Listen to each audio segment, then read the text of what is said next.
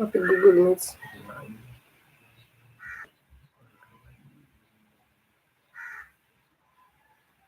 Theory. Unajua nimeshindwa coordinate theory.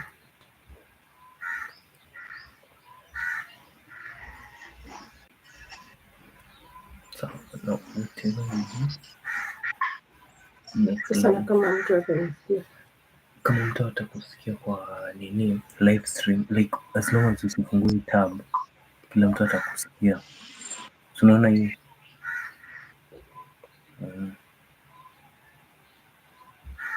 Theory anasema ni add.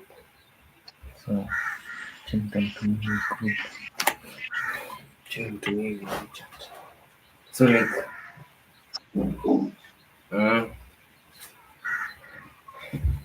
Hi, Peshi. Hello. Sorry. It's alright. Things are happening. I think the syllabus is taking me very fast. Has the image changed or it's the same? Can you see me clearly? Yes. Yes. I don't see myself clearly. It's okay. I'll just look at it like that. Now, we were talking of telephone etiquettes. For example, if you pick a phone like that and you are at the reception of a school, how do you introduce yourself? Or you are calling, for example, a school, maybe a secretary.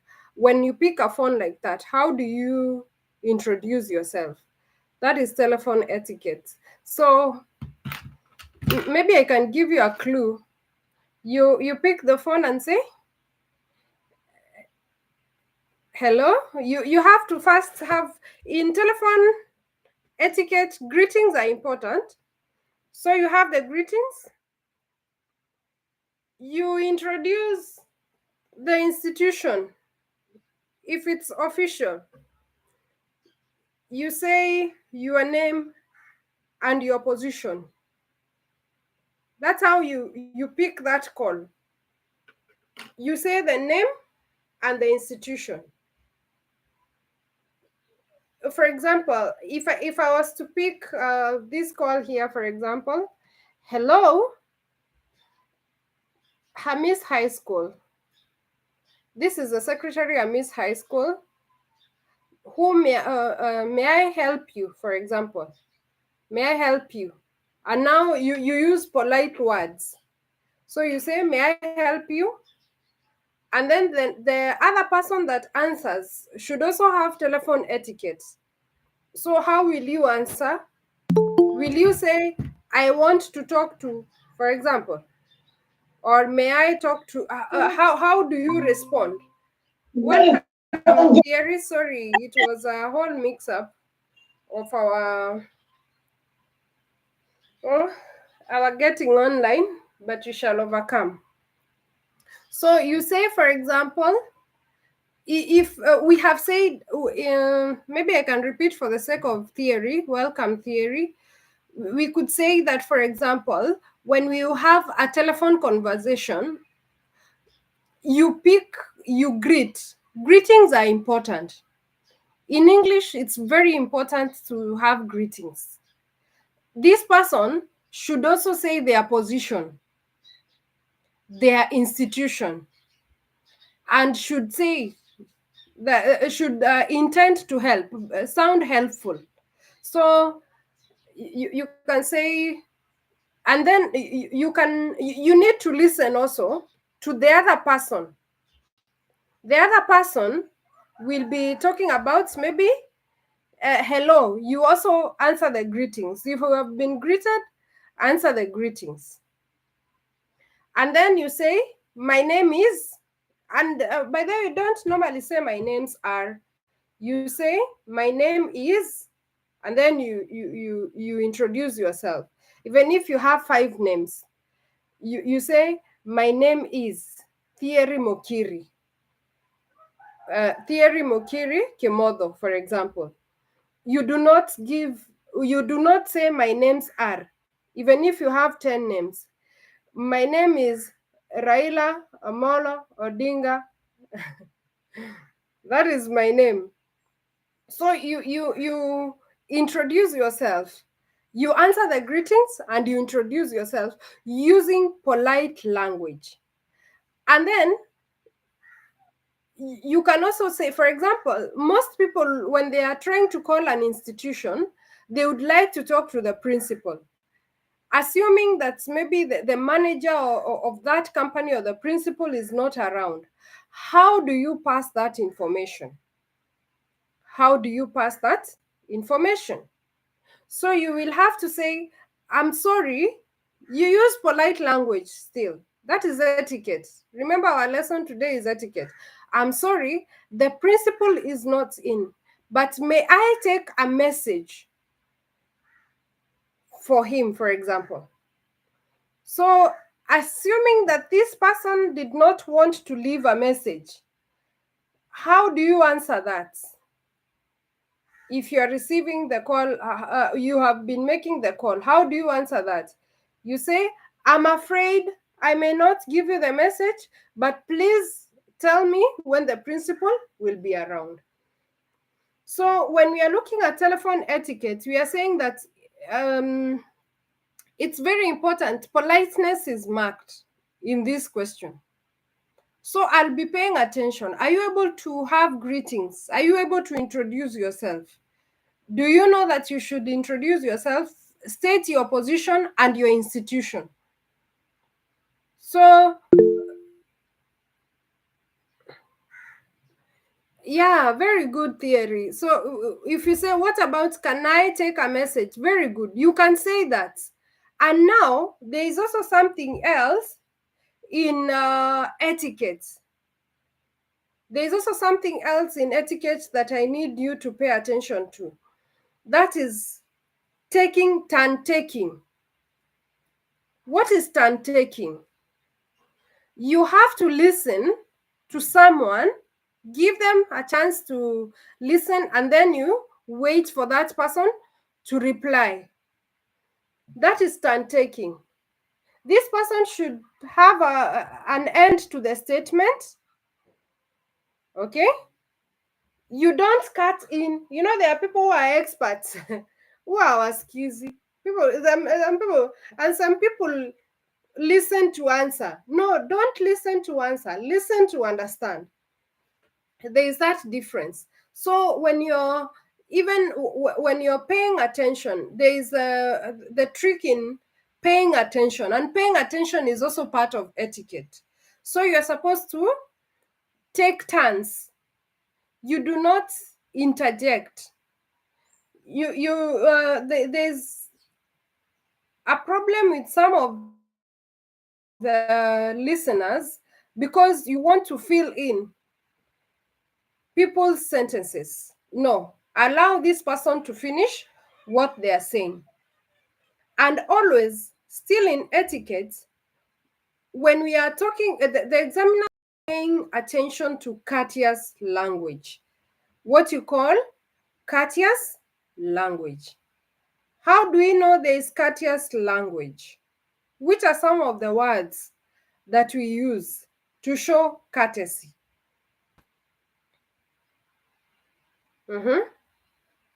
Excuse me. Very good. Excuse me. Uh-huh. So there is a word excuse me. Another one? Please. Uh-huh. Good. May I? That is good theory. That's nice. Please. May I? Uh-huh. Sorry. Very good theory. Uh-huh. Alvin, are you with us? Alvin. Courteous language. Also, words like thank you. Very good. So, words like another one? Mostly those are the words, isn't it? I'm sorry. You know, some people say, I would rather die than say sorry. No, you must say sorry. You cannot die. You say sorry. You say sorry. And also, when someone gives you information or answers the call, you must say thank you. Also, when you're closing a conversation, goodbye also is very important. Goodbye. There is also, in etiquette, apart from the use of courteous language, what you call paying attention. And I will attach this paying attention. Alvin, are you with us? Alvin, I would love to see you on camera. Theory, I would love to see you on camera. I don't know why you like switching off your cameras. Yes, I'm with you. Yeah, I would love to see your face. Theory, I would also love to see your face so that I know how you are paying attention. So when you talk of paying attention, this one I'll also tie it with even the way you show someone that you're not interested. The phone is a very distractive thing. Now we are talking of personal use of a phone. If you keep staring at the phone when we are talking, then I know you are not listening. Isn't it? Yes.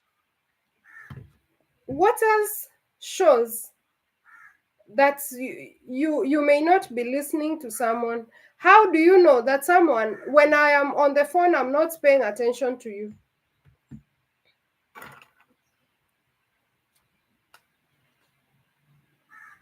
Okay, let's say for example, Mm-hmm.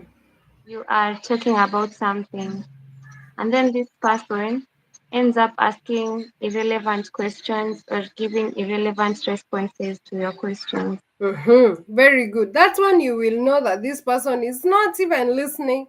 When someone gives you irrelevant information, if I say, may I talk to Patience, and this person says, oh, yesterday I did not see you, you will know that this person was not listening to you. That's how you know that the person is not paying attention.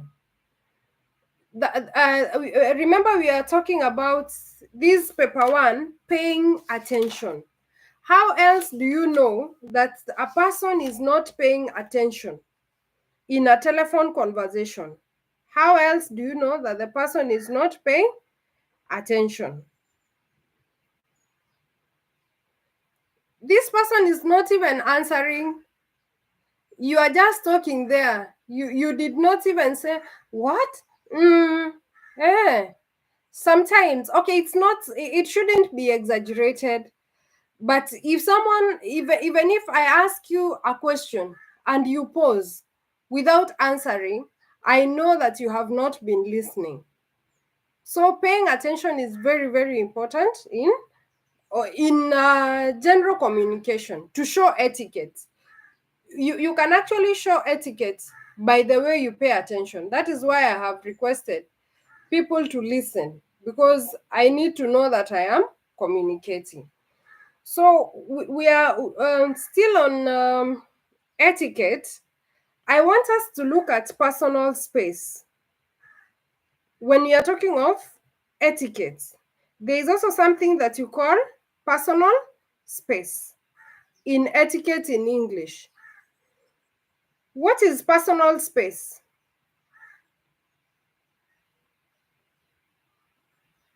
Have you heard of respecting boundaries? Yes.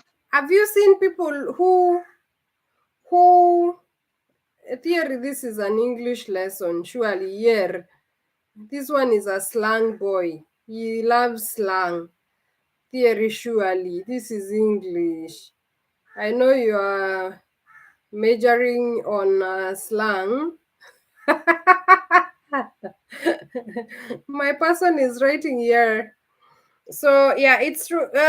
In personal space, how do you know that a person expresses etiquette? By the way this person shows personal space. Mm-hmm.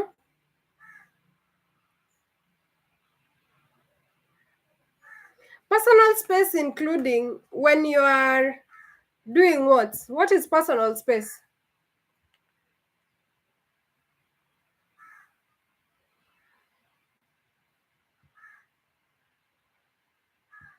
Hmm? Personal space. Have you ever heard of personal space? Yes. What is it? Okay, according to me, I think that personal space is like the distance from another person at which one person feels comfortable when talking to or being next to that person. Very good. Very good. How do you know that someone does not respect you? You know you can intimidate a person by not observing personal space. It is intimidating for you to be so near someone. Like when you're addressing someone, how do you know there are people who want to talk to you and their mouths are next to you and you're not even intimate with that person. Hmm? So that one is impolite.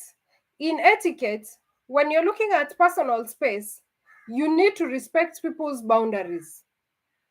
You need to stay away. There is a standard way of observing personal etiquette. So there is an intimate distance in life that you should pick.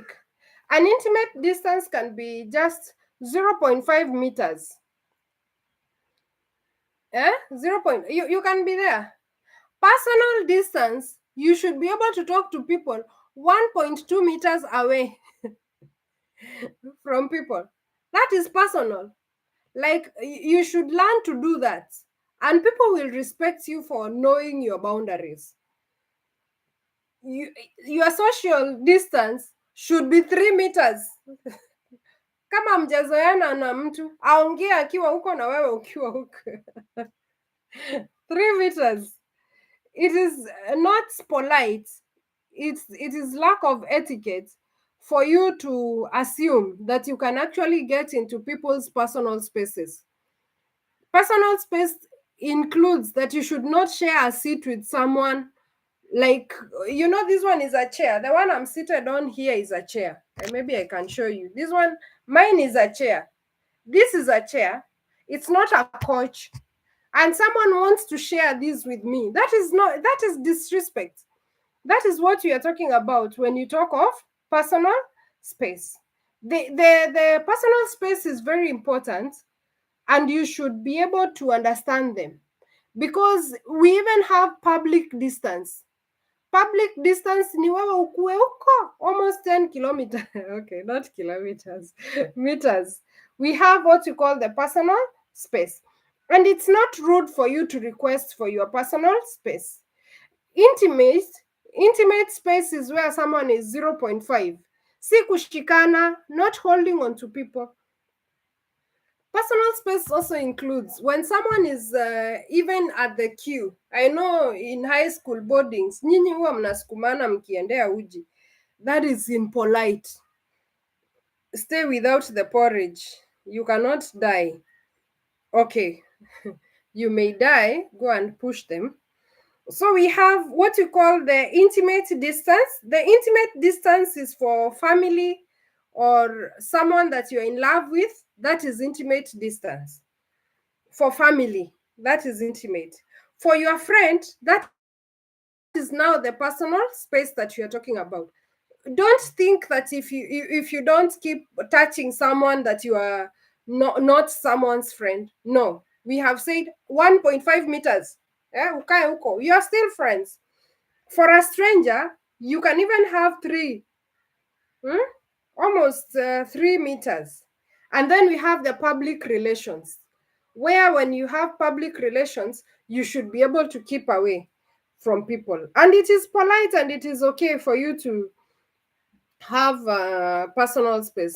There is normally a whole theory on the personal space and the public relations. Public relations, in fact, is 7 meters away. So I hope you learned something. Now, with still on personal space, never go to people's. If you need your own time, it is not impolite. If someone needs their own time, it is not impolite. That is why it's important for you to knock at people's doors in their bedrooms because they need their personal space. Don't say, wewe unajifungia bedroom kufanya nini. If you want to get into your parents' room, maybe you must knock and wait for a reply. Even your sister's room, learn to knock. Even your siblings, learn to knock in people's places. You may need your own time. You may need of your freedom to think about something. So personal space is very important. You can also have your self-confidence when you have your personal time. I said I don't just teach for exams. That's why I teach some of these things. So don't think that everything I'm teaching will be in the KCSE, but it's important for you to know. So there is also there are different ways of understanding personal spaces. There are cultures, there is a status and the gender status and gender differences that show personal spaces. There are religions that do not allow maybe men and women to be in the same room and to interact. Still on etiquette, we will talk of shaking hands, for example. Not in every community that you shake hands or religion. They are limited. I know where we come from, we know that sometimes it's the elder person who is required to greet the younger person. But in the coastal region in Kenya, we discover that the young person will say shikamo, shikamo. So you are supposed to answer marahaba. So you cannot greet an older person finds you rude if you do not greet that person. That is some of the difference in cultures that you are talking about. So etiquette requires like the coastal people value greetings a lot, but in some cultures, if you and they value greetings of the verbal greetings, but there are people who don't shake hands. It's enough for you to say hi and leave it at that. You will not shake people's hands. So there are also cultures, also in etiquette, that you must understand. Even when we are looking at personal space, there are people who are not supposed to look at others in the eye. So if you maintain eye contact, you're being disrespectful in some communities. But if you do not maintain eye contact in some communities, you are being rude. I don't know if I'm communicating. Like now, Yes. if I go to maybe I come to your room when you're studying, and I start talking to you, and you do not look at me, I may find that offensive. But in some cultures, if I am talking to you and you look at me, you're being arrogant. So depending on the cultures, you must understand that. So still on etiquette, we I remember I have said about personal space, and I have said it is impolite even with children for you to try and force yourself to hold the kids. There are people who don't want to be touched. There are people who don't want to be touched or being near people. I respect that. It's part of culture. There are people who don't want to have that interaction with anyone. So it is important for you, even in etiquette, to understand some of these things. Are we clear? Yes. Yes. Any question?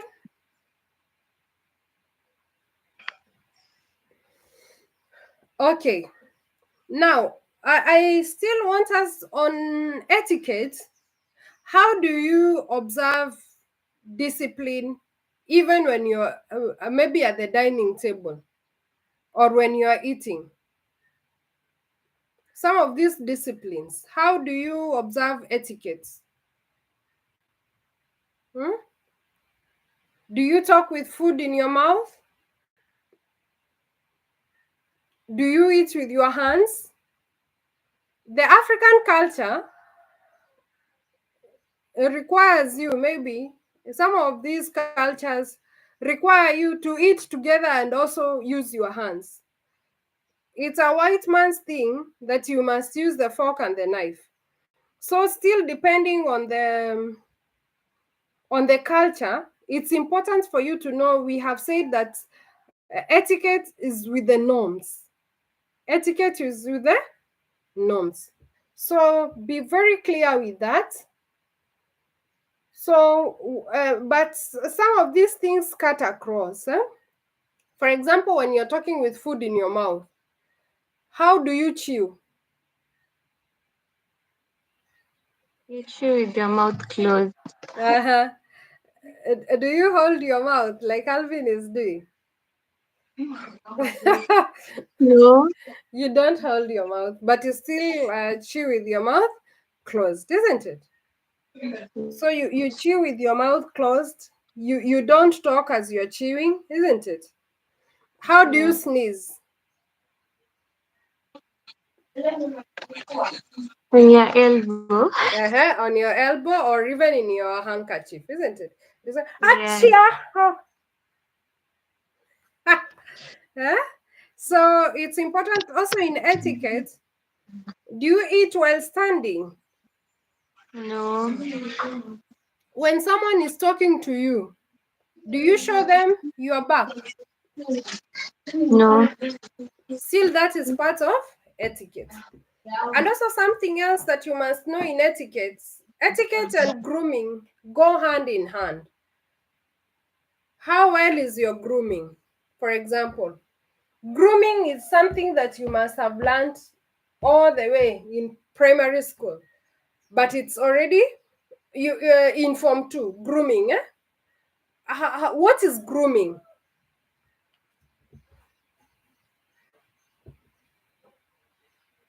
What is grooming?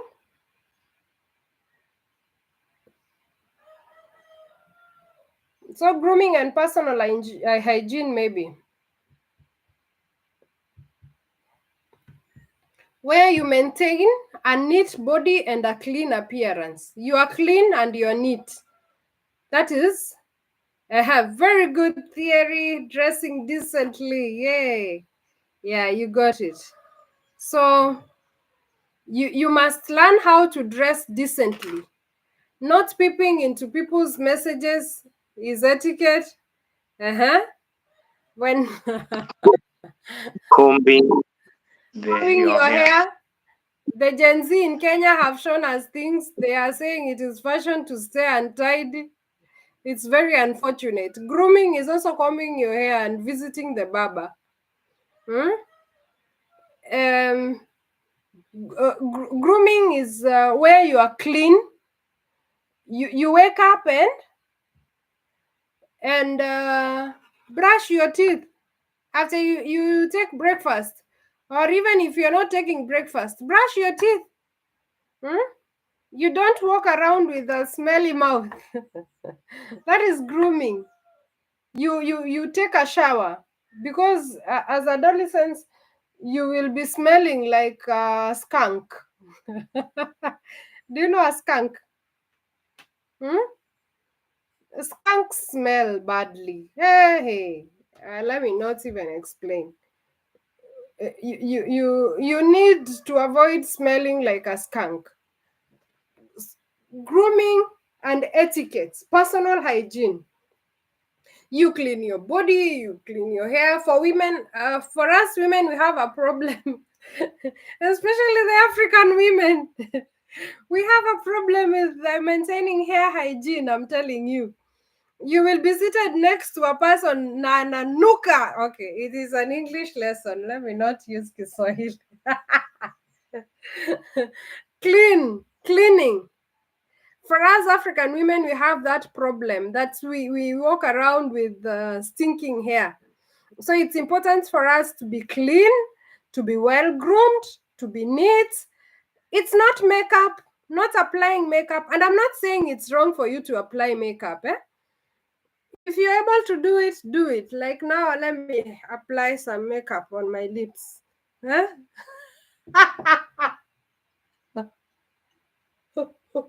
Okay, it's not makeup anyway.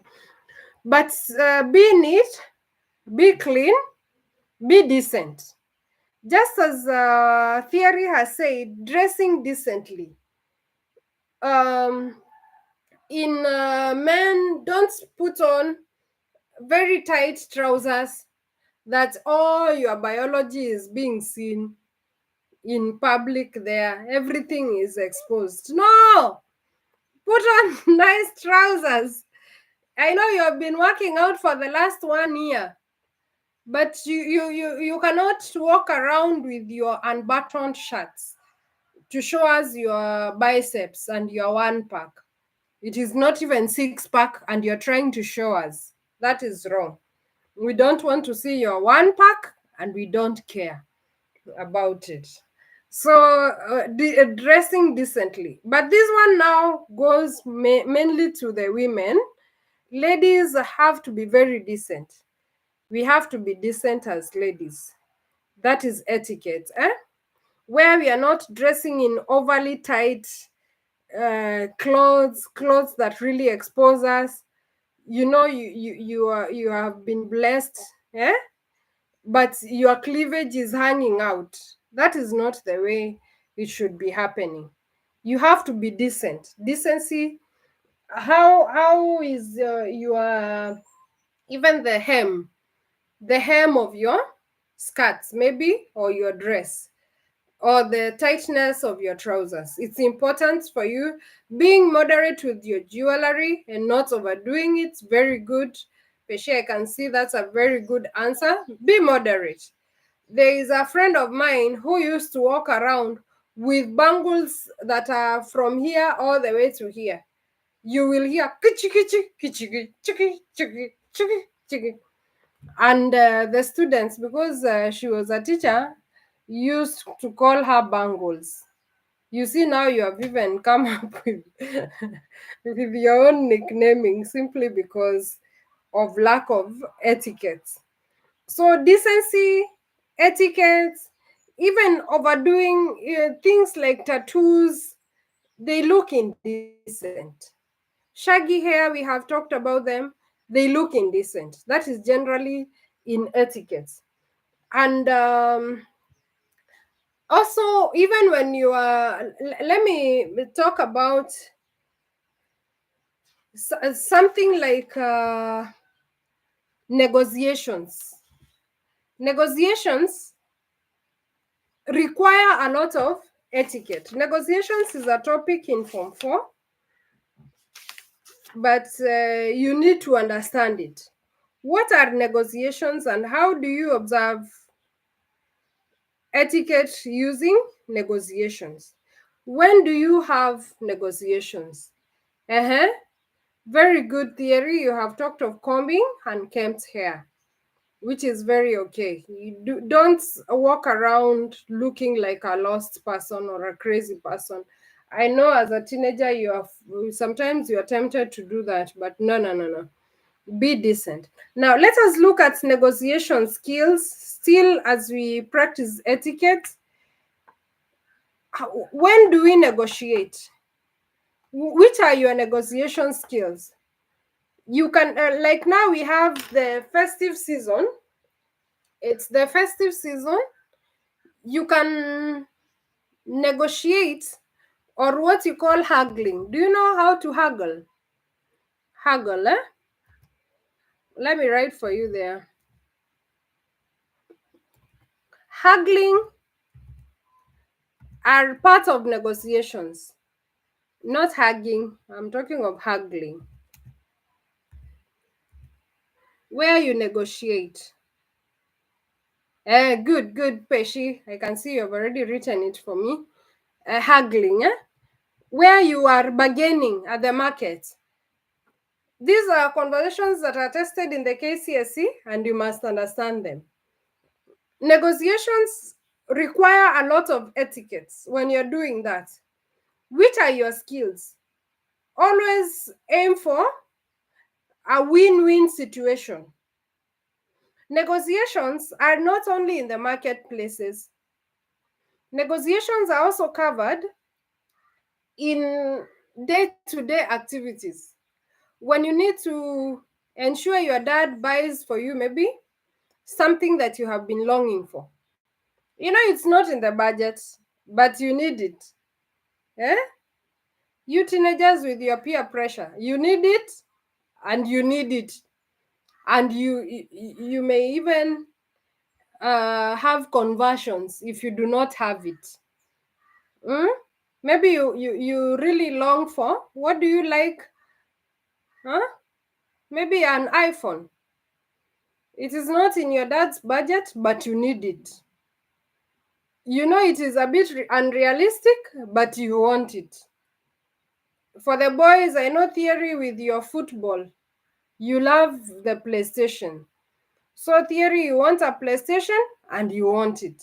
And you know Dad does not care because he wants you to concentrate in your studies. So how do you convince your parent or someone else?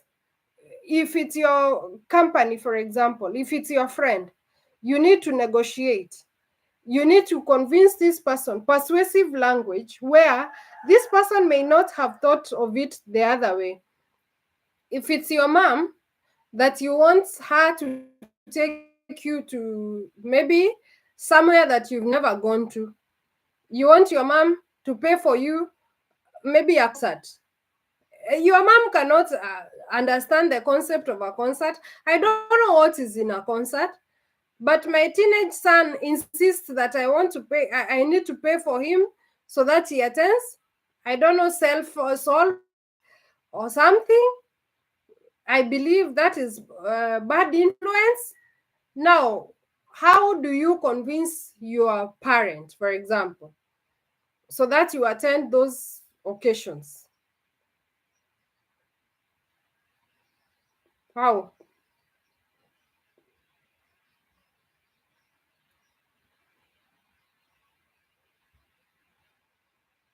How do you convince them? Using persuasive language. You will say, please pardon. Theory. You'll say, please pardon. And now when Daddy hears you saying, pardon, Daddy, he will know, Theory is up to something. So if you say, please pardon, you will also have what you call a win-win situation. A win-win. I will not feel at a loss that I have actually, maybe I had not had a budget of 10,000 shillings. I will not feel lost that I am taking out that money and spending, and you will not also make me run at a loss. That's what you call the win-win situation. When you are bargaining, point out the advantages. Be persuasive in your language. Point out the advantages. For example, you can say, Dad, if you buy for me a PlayStation, right now is PS what that is in fashion? Alvin? PS5. Thank you, Theory. You are the gamer. I can see you know. So Theory, if you want Dad to buy for you a PS5, maybe you can point out the advantages. You say, Dad, if you spend this money on PS5, it will be for our own benefit. We will have more time, father and son, to be together. I will also be a disciplined person because I will not be going out with the friends. Mostly, I will be gaming. I promise that I will do very well in my studies. If you have bought for me a PS5, I promise that I will close school with grade A, for example. That is a win-win. You are pointing out the advantages. What if your dad tells you, I know, now you will not sleep, you will not rest, you will be addicted to this thing. This one is very addictive. Because when you're trying to bargain, someone will show you the disadvantages. But how persuasive are you? You will tell dad, for example, Dad, I will be very disciplined. I'll only be playing the PS5 on Sundays, for example, Sunday in the afternoon. The rest of the 6 days in a week, I will be in my books. I promise that I will never keep wrong company, because your dad will point out and say, Wewe, if I buy for you this PlayStation, you will never even study. So on negotiation skills, also use polite language. You may even say, the person that is there when they are bargaining, they say, very good theory of talking of playing part-time, playing games. So negotiate. But the parent may say, children of nowadays, the only thing you know is PlayStation. But you don't help your mom in the kitchen. You don't help with any household chores. How will you disagree politely when you're having negotiations?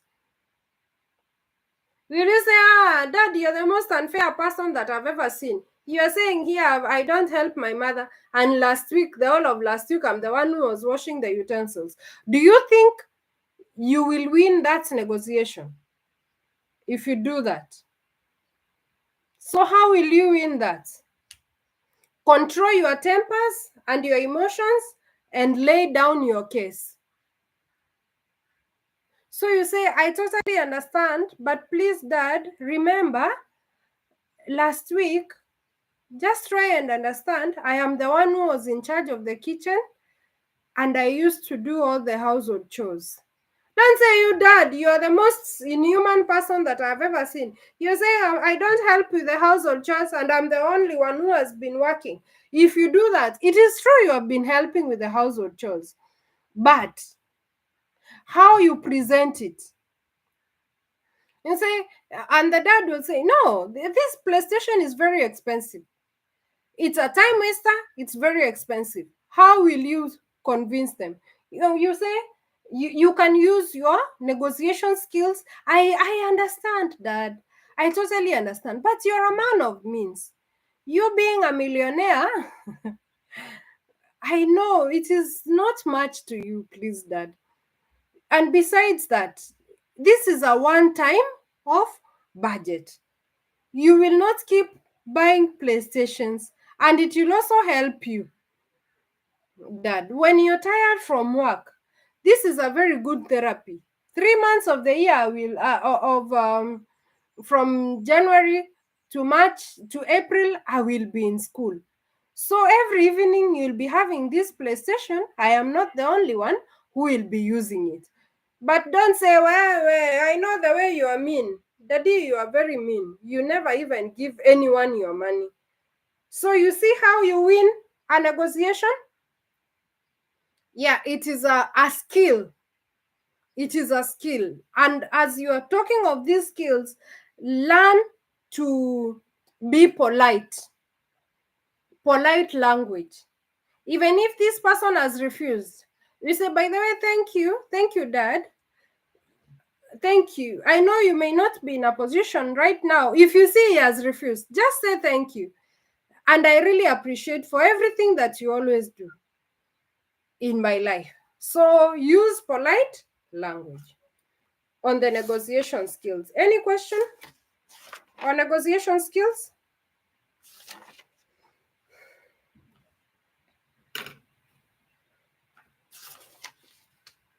Now, I want us to go back to something else. In public presentations, Although we are talking of etiquette, how do you present yourselves in debates, interviews, and speeches? How do you prepare for debates for you to look like a respectful person? Remember, in paper 1, that's what we are looking at. We are still looking at paper 1. How do you make preparations for maybe a debate? That is a question that appears in paper 1.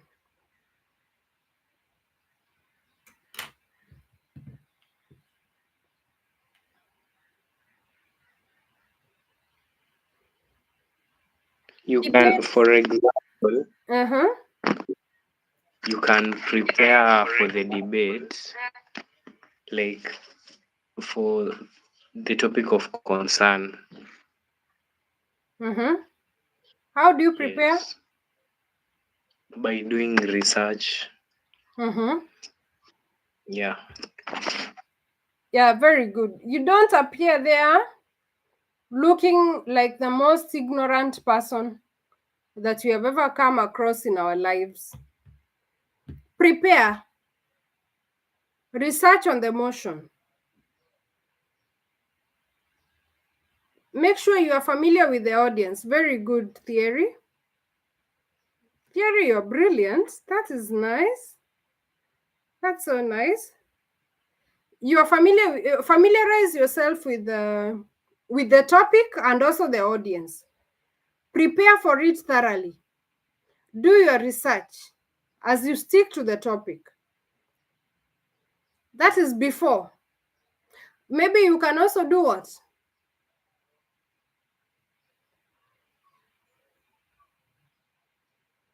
What else can you do?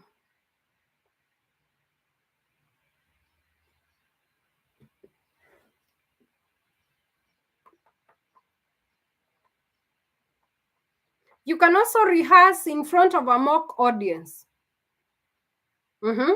That is very good, Peshi. You've talked of rehearse. Rehearsing, you can have what you call a mock audience, where you will be rehearsing to get rid of the stage fright. Now, during the presentation, how do you effectively deliver your points? You are in a debate and you want to effectively deliver. Remember, you have that one was before the debate. How do you do it during the debate? How do you win maybe a presentation? How?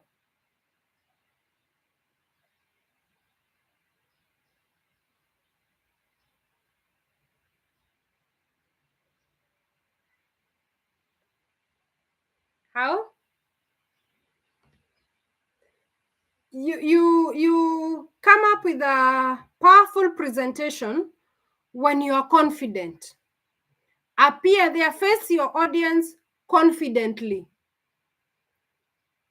Confidently face your audience. Putting on the right attire that moves the motion. Which is this, the right attire that moves the motion theory? Where you put on the right attire. Remember, now it is during the debates. It was before the debate, you would have put on the attire. But sasa hapo ndani hapo uko ndani ushaanza. It is, in English these questions are different: before and during. Before a presentation and during a presentation. Now, during this presentation, we are saying that you have to be very confident. Stand confidently in front of your audience, even if you don't, you feel that the proposals have the greatest information that you've ever come across. But you have to be confident. Be audible. Audibly present your points. Confidently present your points and audibly present your points. Also use the nonverbal cues in communication to pass your point. You can have even your dramatic poses. Tell jokes where necessary. Very good. You know, people love jokes. Tell jokes where necessary. But remember, in a motion, you may not you may not have very good jokes. So present that one in a convincing manner, as convincing as possible. When you're having your presentation there, it should be as convincing as possible. Even if you have seen that your group has said boarding schools are better than day schools, and now you are here with your points of day schools are better than boarding schools, and someone there has come up with you have more time to read, you can say no. You try to dismiss these people's points respectively. You say, I don't believe that more time is there for you. It depends on your planning, for example. So be as convincing and confident as possible. When you support your motion, that is very good, Peshi. You support your motion with facts and examples. Give those live examples and you will never go wrong in your motion. And we have said stick to your points, don't waver. I've seen some debaters who will in the middle start supporting the other motion. Even if you don't have the points, do not support the other people's motion. Stick to your motion and do it with facts and examples, with as much confidence as possible. Look at those people in the eye and convince them that actually white is black, and you face them. They will come out of there saying how well you are prepared. Now, let us look at interviews. Before, how do you prepare for yourself before an interview? Because this is something else that is also tested in paper 1. How do you prepare for interviews?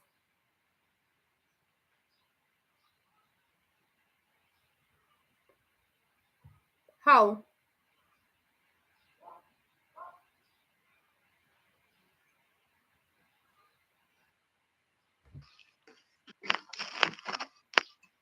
I can say